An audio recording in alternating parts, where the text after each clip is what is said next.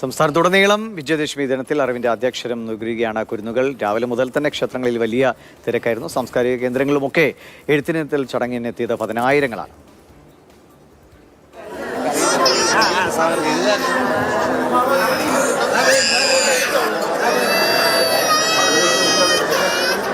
ആദ്യാക്ഷരം കുറിക്കാൻ തിരുവനന്തപുരത്തുകാർ ഒഴുകിയെത്തുന്ന സ്ഥലമാണ് പൂജപ്പുര ശ്രീ സരസ്വതി ദേവി ക്ഷേത്രം. പലതരത്തിലുള്ള ഭാവങ്ങൾ കാണാൻ നമുക്ക് കൗതുകമുണ്ട്. ആദ്യാക്ഷരം കുറിക്കുമ്പോഴുള്ള കൗതുകമുണ്ട്.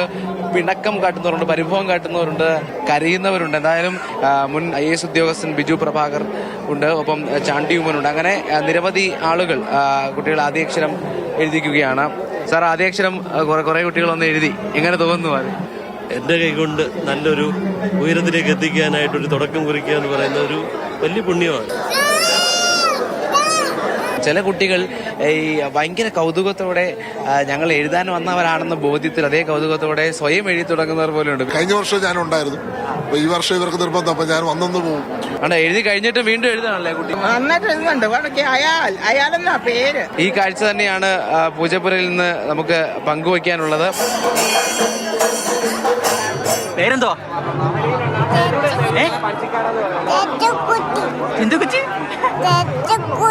നേത്രക്കുട്ടി. പല നാടുകളിൽ നിന്ന്, പല ജില്ലകളിൽ നിന്നൊക്കെയുള്ള ആളുകൾ ഇവിടേക്ക് എത്തുന്നു എന്നാണ് ഏറ്റവും പ്രധാനപ്പെട്ട കാര്യം. കാരണം ഈ പലരും നമുക്ക് ആഗ്രഹമായിരിക്കും പനച്ചിക്കാട് വന്ന് ഇങ്ങനെ കുട്ടികളെ എഴുത്തിനിരുത്തണമെന്നത്. ആകെ കരച്ചിലാണ് മൊത്തത്തിൽ. പക്ഷേ ചിലരൊക്കെ ആണെങ്കിൽ വളരെ കൂളായിട്ട് വന്ന് എഴുതി പോകുന്ന ആളുകളൊക്കെ തന്നെ ഉണ്ട്. ഇവിടെ ഒരു പ്രത്യേക ഒരു മണൽത്തട്ട് ഒരുക്കിയിട്ടുണ്ട്. അവിടെ പ്രായഭേദമന്യേ ആർക്ക് വേണമെങ്കിലും എഴുതുന്നതിന് വേണ്ടിയുള്ള സൗകര്യമുണ്ട്. ഈ മഹാനവമി, ദുർഗാഷ്ടമി ദിനങ്ങൾ ഒഴിച്ച്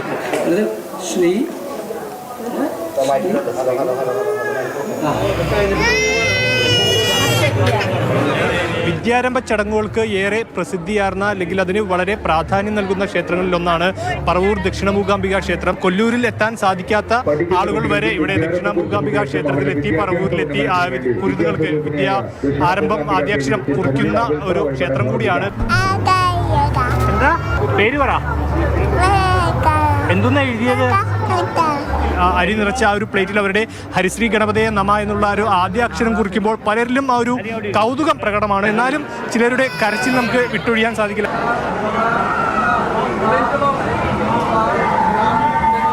എല്ലായിടത്തെയും പോലെ തന്നെ ഇവിടെയും അതിമനോഹരമായ കാഴ്ചകളാണ്. ഞാൻ നിൽക്കുന്നത് തൃശ്ശൂർ തിരുവള്ളക്കാവ് ക്ഷേത്രത്തിലാണ്. ഈ ക്ഷേത്രത്തിന് ഒരു പ്രത്യേകതയുണ്ട്. ശാസ്താ ക്ഷേത്രമാണെങ്കിൽ പോലും ഇവിടെ സരസ്വതി സാന്നിധ്യം ഏറെ പ്രസിദ്ധമാണ്. മാത്രമല്ല, ഈ ഒരു ക്ഷേത്രത്തിലായിരിക്കും ഒരുപക്ഷെ കേരളത്തിൽ തന്നെ അപൂർവമായി 2 ദിവസത്തിലൊഴികെ, അതായത് അടച്ചുപൂജ നടക്കുന്ന ദിവസവും മറ്റൊരു ദിവസവും ഒഴികെ 2 ദിവസത്തിനൊഴികെ ബാക്കി എല്ലാ ദിവസവും ഇവിടെ എഴുത്തിനിരുത്തി ചടങ്ങുകൾ ഇവിടെ നടക്കാറുണ്ട്. അങ്ങനെയുള്ളൊരു ക്ഷേത്രമാണ്. എഴുതിയോ?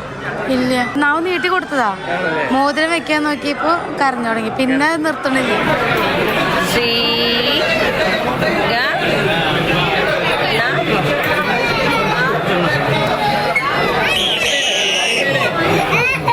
അറിയില്ല, എഴുതിയോ? ആ പറയ്. എന്താ എഴുതിയേ? എന്താ എഴുതി? ഹരിശ്രീ പറയ്. വളരെ പോസിറ്റീവായ ആളുകളെയും കാണുന്നുണ്ട്.